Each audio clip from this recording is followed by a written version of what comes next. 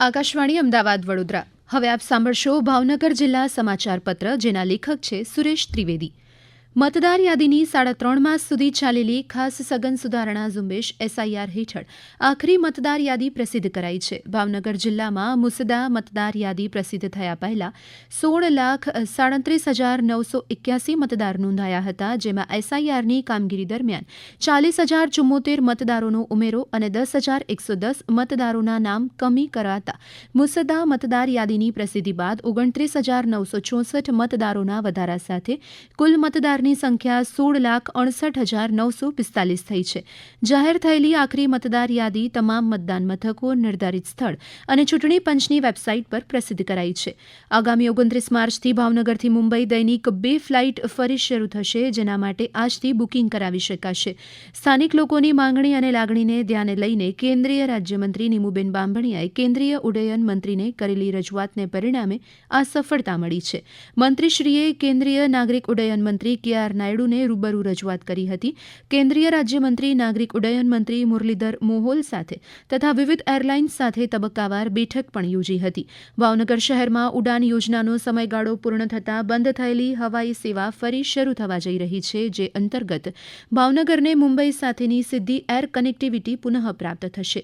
ઉલ્લેખનીય છે કે ઇન્ડિગો એરલાઇન્સે દૈનિક 2 ફ્લાઇટ શરૂ કરવાનો નિર્ણય લીધો છે. આ વિમાન ભાવનગરથી નવી મુંબઈ સવારે 8:35 અને સાંજે 8:50 ઉપડશે. યાત્રિકોની સુવિધા માટે ભાવનગર મંડળના મીટરગેજ સેક્શનમાં 23 ફેબ્રુઆરીથી જૂનાગઢ ચલાલા વચ્ચે દૈનિક સ્પેશિયલ ટ્રેન શરૂ થઈ. આ ટ્રેન જૂનાગઢ મથકથી સવારે 10:40 પ્રસ્થાન કરશે અને બપોરે 2:10 ચલાલા મથક પહોંચશે.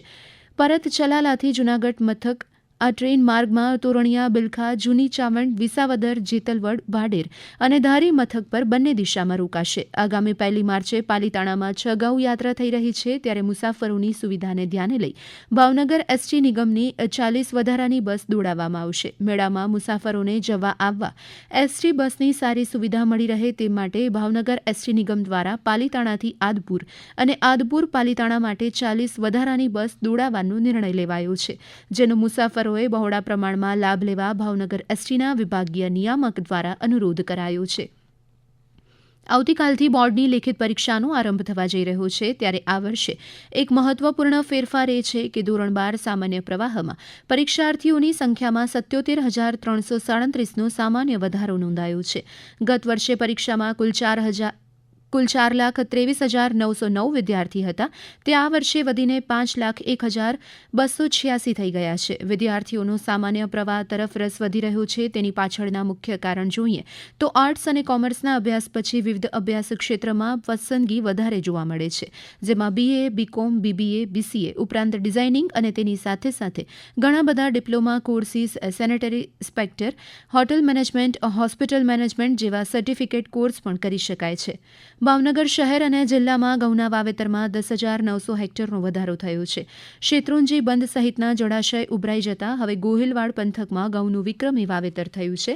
આજથી 7 વર્ષ પૂર્વે 2019માં સમગ્ર ભાવનગર જિલ્લામાં ઘઉંનું વાવેતર ઘટીને 5,500 હેક્ટર થયું હતું, તે આ વર્ષે 8.25 ગણું વધીને 45,200 હેક્ટરના આંકને આંબી ગયું છે.